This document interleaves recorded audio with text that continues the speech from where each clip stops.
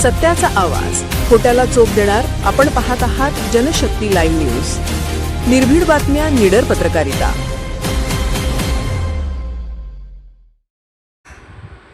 वळसंग ग्रामपंचायतीच्या विकास कामांचे तहसीलदार प्रवीण धानोरकर यांच्याकडून कौतुक.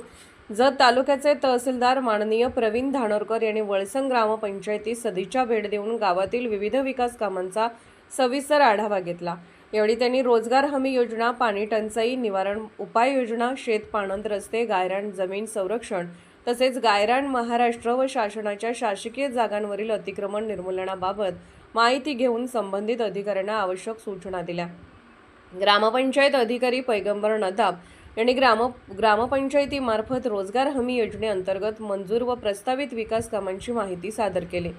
तसेच मुख्यमंत्री समृद्ध पंचायत राज अभियानाअंतर्गत राबवण्यात आलेल्या विविध उपक्रमांची माहिती देण्यात आली. यावेळी मंडळ अधिकारी बनसोडे, ग्राम महसूल अधिकारी सूर्यवंशी, पोलीस पाटील राजू कुंभार, गावातील आजी-माजी पदाधिकारी तसेच मोठ्या संख्येने ग्रामस्थ उपस्थित होते. उपस्थित ग्रामस्थांनी शेतपाणंद रस्ते, महसूल दस्तऐवज, जमिनीच्या नोंदी व इतर स्थानिक प्रश्नांबाबत तहसीलदारांशी चर्चा केली.